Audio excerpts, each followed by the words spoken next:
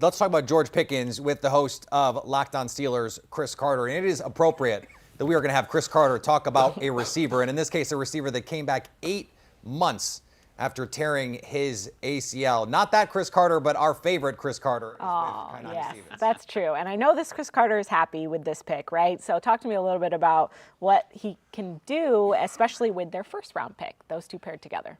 Well, that's the thing. You get Pickett and then you get Pickens. I just checked. There's no more guys with the word pick in their name. So they're done with that, right? The picks are done. Yeah. Exactly. But I do really like this pick. This was a guy that, from all things we were hearing here in Pittsburgh, the Steelers loved him when they went to his pro day. Mike Tomlin was all over him. When you look at George Pickens' tape, really good ball skills, gets a lot of separation. And you look at Deontay Johnson. Deontay Johnson been known for getting really good separation. His drops improved this past year. He still has to finish better on the season. But George Pickens looks like a guy who you could put right in there. He can get that separation. He can win. He can win with you at the catch point. He can make some great plays on the ball.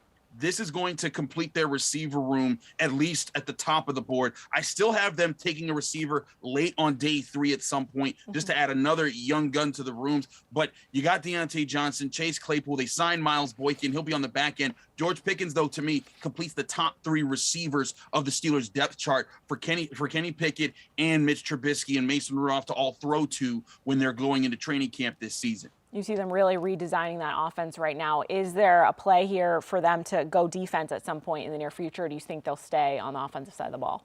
Oh, no, absolutely. And make no mistake, the Steelers have looked at a lot of defensive players. They do want to add on defense. They want to add to the defensive line because they know that they're getting older there. They want to add to the cornerback room because they have a lot of CB2s, no CB1s, and Justin Lane is kind of phasing out at the end of his contract. They might still want to add some safety depth there. You know, there's a lot of questions where they could go, but defense, they will add at some point. I just think that right now they saw these opportunities. Kenny Pickett was truly their QB1, and they said, why not take him where they took him? And then George Pickens, a wide receiver they loved, embodies a few wide receiver traits they really like with separation, good hands, and you've seen him block really well, all things that traditionally the Steelers love. I do see them going cornerback defense in round 3. They could go a lot of different directions there. I'm really intrigued to see what cornerbacks are still there and what defensive tackles are still there because they could go there. Also, edge rushers, if it cools down a little bit, do they go back that direction to get TJ Watt and Alex Highsmith some backup? So edge rush heavy, it's definitely a possibility. Thank you for weighing in on Pickens and Pickett.